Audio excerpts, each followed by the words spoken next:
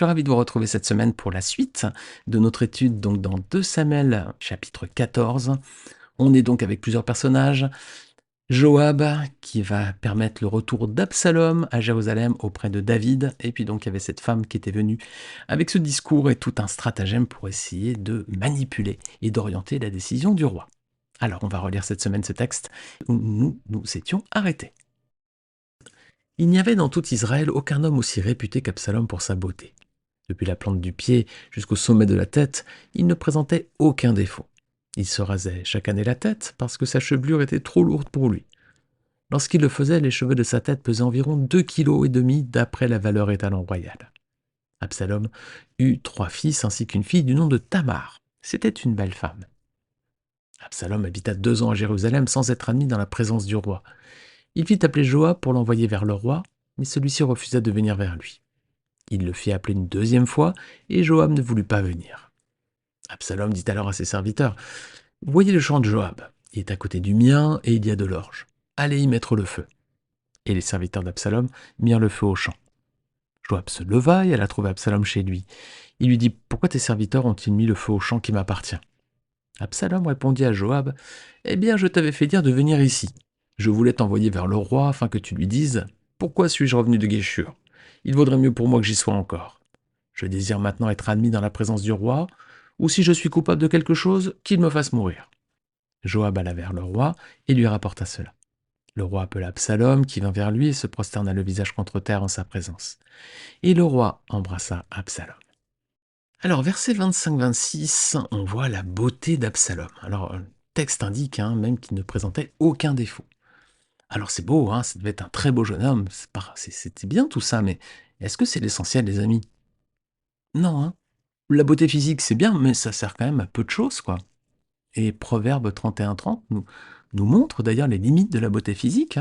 Alors c'est un verset qui s'applique à la femme vertueuse, mais sans doute il s'applique aussi aux hommes. Messieurs, on peut aussi écouter ce texte. Regardez Proverbe 31-30. La grâce est trompeuse et la beauté est illusoire. C'est de la femme qui craint l'Éternel qu'on chantera les louanges. Je pense que ce texte pourrait aussi être lu en disant « La grâce est trompeuse et la beauté est illusoire, c'est de l'homme qui craint l'Éternel qu'on chantera les louanges ». La beauté physique, ça sert à bien peu de choses, pour pas dire à rien du tout. D'ailleurs, la beauté physique n'est pas la preuve d'une beauté morale. Le roi Saül aussi était très beau, nous dit 1 Samuel chapitre 9 verset 2. Voilà, on peut dire que Kis avait un fils du nom de Saül qui était jeune et beau, plus beau que tous les Israélites, et qui les dépassait tous d'une tête. Alors Moïse aussi était très beau, mais c'est pas ce qui reflète dans son personnage. Qu'on voit avec Moïse, c'est son obéissance, son autorité, sa relation de proximité avec Dieu. Mais c'est pas parce qu'il était beau que tous les Hébreux l'ont suivi et qu'ils ont quitté l'Égypte juste pour le suivre. Alors, donc, Saül était très beau, Absalom était très beau, très bien. Mais bon, ça ne les a pas empêchés de mal agir et pour Saül notamment de terminer dans la folie. Alors Absalom et Saül, pas de défaut physique, mais leur conduite était effroyable. Et à l'inverse, on a un autre personnage, Jésus, qui n'avait pas une apparence physique remarquable visiblement, mais lui, les amis, à l'opposé, était sans péché. Et c'est à travers lui que Dieu pardonne aujourd'hui nos péchés. C'est pas à travers Saül ou Absalom, c'est à travers Jésus. Et pourtant Jésus, il n'était pas visiblement d'apparence physique attractive, mais il n'y avait en lui aucune faute. Regardez, on va lire Ésaïe chapitre 53. On n'a pas évidemment de représentation précise de l'apparence physique de Jésus. Évidemment, il n'y avait pas d'appareil photo, de vidéo, même de grands peintres à l'époque qui auraient pu faire son portrait. Mais on a quelques points dans la Bible, quelques détails qui nous montrent finalement l'apparence que devait avoir le Seigneur. Et dans Ésaïe 53, et justement, on parle de ses traits physiques. Et puis ensuite, le texte continue en disant que, voilà, au-delà de cet aspect physique, c'est surtout le fait qu'il soit sans défaut. C'est lui, du coup, qui va servir de victime expiatoire, la victime parfaite, parce qu'il peut expier le péché de tous les hommes, parce que lui n'a pas commis de faute. Donc, comme il est innocent, il prend sur lui tous les péchés du monde, et c'est lui qui nous permet de rétablir une relation avec Dieu que nous avions brisée à cause du péché. Regardez Ésaïe 53. Qui a cru à notre prédication? À qui le bras de l'Éternel a-t-il été révélé? Il a grandi devant lui comme une jeune plante, comme un rejeton qui sort d'une terre toute sèche. Il n'avait ni beauté, ni splendeur propre à attirer nos regards, et son aspect n'avait rien pour nous plaire. Alors je fais une petite pause ici. Vous voyez que c'est pas le cas d'Absalom ou de Saül, hein, on nous dit que c'était très beau, etc. Jésus n'avait visiblement ni beauté ni splendeur propre à attirer nos regards et son aspect n'avait rien pour nous plaire. Donc il était physiquement assez commun, hein, le Seigneur. Hein. Allez, je referme la parenthèse et je poursuis verset 3. Méprisé, délaissé par les hommes, homme de douleur, habitué à la souffrance, il était pareil à celui face auquel on détourne la tête. Nous l'avons méprisé, nous n'avons fait aucun cas de lui. Pourtant, ce sont nos souffrances qu'il a portées. C'est de nos douleurs qu'il s'est chargé. Et nous l'avons considéré comme puni, frappé par Dieu et humilié. Mais lui, il était blessé à cause de nos transgressions, brisé à cause de nos fautes. La punition qui nous donne la paix est tombée sur lui. Et c'est par ses blessures que nous sommes guéris. Nous étions comme des brebis égarées, chacun suivait sa propre voie, et l'Éternel a fait retomber sur lui nos fautes à tous. Il a été maltraité, il s'est humilié et n'a pas ouvert la bouche. Pareil à un agneau qu'on mène à l'abattoir, à une brebis muette devant ceux qui la tondent, il n'a pas ouvert la bouche. Il a été enlevé sous la contrainte et sous le jugement, et dans sa génération, qui s'est inquiété de son sort? Qui s'est soucié de ce qu'il était exclu de la terre des vivants, frappé à cause de la révolte de mon peuple? On a mis son tombeau parmi les méchants, sa tombe avec le riche, alors qu'il n'avait pas commis de violence et qu'il n'y avait pas eu de tromperie dans sa bouche. L'Éternel a voulu le briser par la souffrance. Si tu fais de sa vie un sacrifice de culpabilité, il verra une descendance et vivra longtemps. Et la volonté de l'Éternel sera accomplie par son intermédiaire. Après tant de troubles, il verra la lumière et sera satisfait. Par sa connaissance, mon serviteur juste procurera la justice à beaucoup d'hommes. C'est lui qui portera leurs fautes. Voilà pourquoi je lui donnerai sa part au milieu de beaucoup, et il partagera le butin avec les puissants. Parce qu'il s'est dépouillé lui-même jusqu'à la mort et qu'il était compté parmi les criminels, parce qu'il a porté le péché de beaucoup d'hommes et qu'il est intervenu en faveur des coupables. Les amis, on a ici la description du Seigneur donnée par le prophète Ésaïe plusieurs siècles avant la venue et la mort de Christ sur la croix. Le texte est très clair, très précis. On a ici une victime innocente, c'est le Seigneur, donc d'apparence assez simple. Mais en revanche, verset 5, la punition qui nous donne la paix est tombée sur lui, et c'est par ses blessures que nous sommes guéris. Et pourtant, verset 9, il n'avait commis aucune violence et il n'y avait pas eu de tromperie dans sa bouche. Voilà ce que le Seigneur a fait pour nous. Volontairement, il a donné sa vie sur la croix pour que nous n'ayons pas à vivre éternellement les conséquences de nos fautes. Alors les amis, il est donc possible que nos fautes soient effacées devant Dieu. Ça passe par le sacrifice de Christ, cette victime innocente qui a été donc immolée pour nous sur la croix à Golgotha. Alors si vous n'avez pas encore fait ce pas de pardon avec Dieu pour vos fautes, faites-le aujourd'hui. Priez le Seigneur, reconnaissez vos erreurs, reconnaissez vos fautes, demandez-lui pardon pour vos péchés et demandez au Seigneur Jésus de régner dans votre cœur à présent, lui qui a donné sa vie pour vous sur la croix. En faisant cela, vous serez réconcilié avec Dieu, vous allez acquérir le salut et la vie éternelle. Vous êtes sûr ensuite de passer l'éternité auprès de Dieu avec le Seigneur. Amen, amen les amis. Alors on poursuit verset 27 avec la description d'Absalom. Donc il avait 3 fils et une fille. Alors c'est bizarre qu'il avait 3 fils, parce que lui-même, Absalom, va dire plus tard qu'il n'avait pas de descendance. 2 Samuel 18, verset 18. De son vivant, Absalom s'était fait ériger un monument dans la vallée du roi. Il se disait en effet, je n'ai pas de fils pour perpétuer le souvenir de mon nom. Et il avait donné son propre nom au monument, qu'on appelle encore aujourd'hui monument d'Absalom. Alors peut-être que ses enfants étaient morts jeunes, on ne sait pas, on n'a pas le détail, en tout cas, visiblement ses enfants vont mourir avant lui. Alors, ce monument d'Absalom, il existe encore un monument qui porte son nom à Jérusalem. Il se trouve dans la vallée du Cédron, en face du mont du Temple et au pied du cimetière juif du mont des Oliviers. Alors, je vous mets en bas le lien vers la page du site internet étudierlabible.fr qui héberge cet épisode de podcast.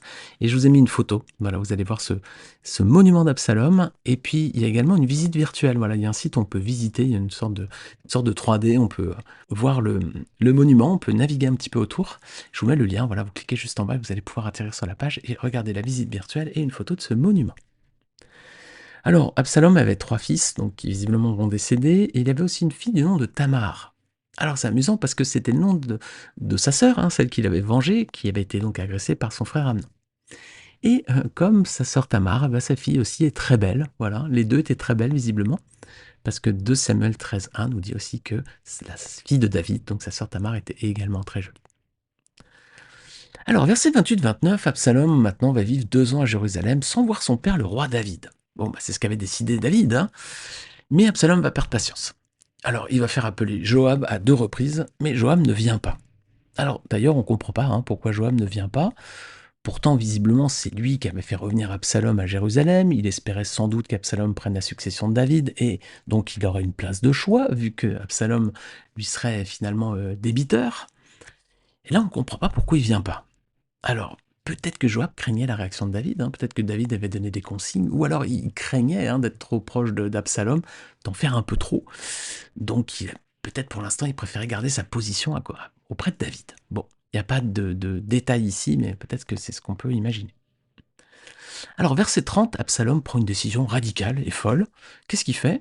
Il demande à ses serviteurs d'aller mettre le feu au champ de Joab. Voilà, comme Joab a un champ à côté du sien, hop, il dit, allez, hop, allez mettre le feu dans son champ. Alors, il est quand même ingrat, Absalom, parce que c'est quand même Joab qui a fait en sorte qu'il revienne à Jérusalem.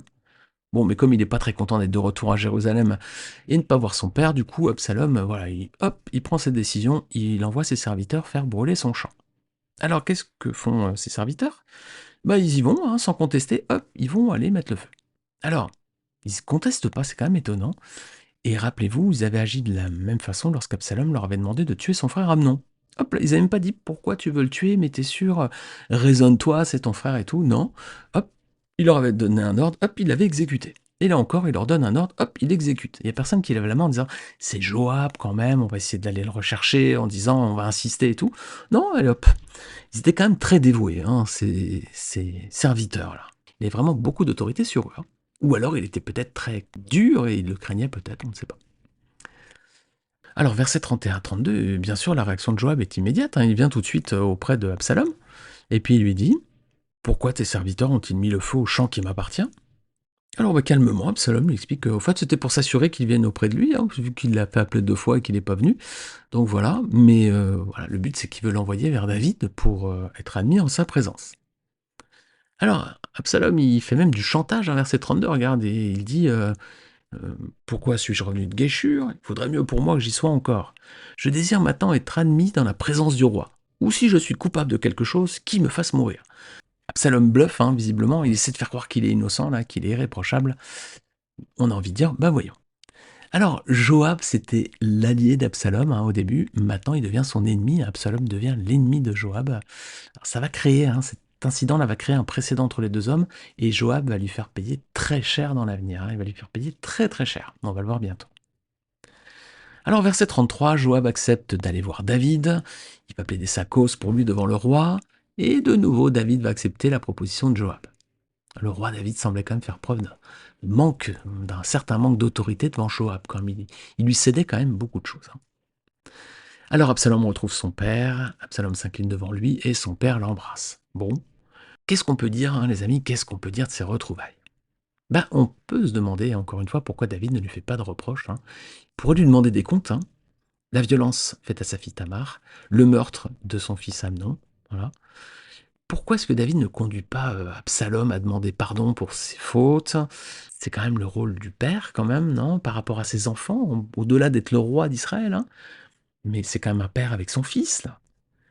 Alors David pouvait aussi le faire mettre à mort, notamment par le vengeur de sang, parce que le crime d'Absalom contre son frère Amnon relevait des dispositions de la loi, Deutéronome 19, versets 11 à 13. Mais si un homme s'enfuit dans une des villes après avoir tendu des embuscades à son prochain par haine contre lui, après l'avoir attaqué et frappé de manière à causer sa mort. Alors là, c'est le cas. Absalom, il a tendu une embuscade à son prochain. Il l'a attaqué et frappé de manière à causer sa mort. Donc on est vraiment dans ce cas de figure. Les anciens de sa ville le feront arrêter et le livreront entre les mains du vengeur de sang afin qu'il meure. Ton regard sera sans pitié envers lui. Tu feras ainsi disparaître d'Israël le sang innocent et tu seras heureux. Donc ici, on voit que David n'applique pas non plus les traits de la loi. Bien sûr que ça lui coûtait, il aimait Absalom. D'ailleurs, il va beaucoup le pleurer plus tard, on le verra. Mais ici, il fallait appliquer la loi et donc David ne l'a pas fait. La Bible, les amis, nous enseigne pourtant à reprendre nos enfants. Nous enseigne aussi la Bible de ne pas être trop laxiste. Il y a une différence entre savoir faire preuve d'autorité et puis se montrer cruel aussi. La Bible ne nous dit pas qu'il faut cogner nos enfants parce qu'ils ont fait des bêtises, non, pas du tout, mais qu'il faut savoir aussi les reprendre. Regardez, Proverbe 13, verset 24. Il déteste son fils, celui qui ménage son bâton. Celui qui l'aime cherche à le discipliner. Et ça, les amis, c'est la pédagogie divine. Regardez Proverbe 3, verset 12. Car l'Éternel châtie celui qui l'aime. comme un père l'enfant qu'il chérit. Si on sait que nos enfants font des bêtises, imaginez, nos enfants ont fait des très gros problèmes, ils ont volé une voiture par exemple. On va pas leur dire mon petit chéri, c'est pas grave, ne recommence pas. Hein. Évidemment qu'on va le reprendre, c'est évident, et qu'on va le punir, bien sûr, au-delà de la police et tout ça, bien sûr, mais évidemment qu'on va punir nos enfants. Et ce serait inconscient de ne pas leur faire de reproches. Alors imaginez, dans le cas ici, on a quelqu'un qui a agressé sa sœur sexuellement et ensuite qui a tué son frère. Imaginez le niveau de gravité quand même. Et il n'a pas été sermonné pour ça. Donc il y a quand même déjà beaucoup de laxisme ici. Hein. Donc c'est la pédagogie divine. Hein. Le Seigneur aussi punit ceux qu'il aime, hein, châtie ceux qu'il aime, comme un père le fait pour les enfants qu'il aime aussi. Le deuxième point, c'est que pour être pardonné par Dieu, il faut aussi lui demander pardon. Hein. Dieu ne pardonne pas nos fautes de façon automatique. Voilà, on a fait une faute, hop, Dieu l'efface. Non, il faut reconnaître cette faute, il faut la confesser à Dieu, et alors il l'efface. Regardez avec moi, 1 Jean chapitre 1 verset 9. Si nous confessons nos péchés, il est fidèle et juste pour nous les pardonner et pour nous purifier de toute iniquité.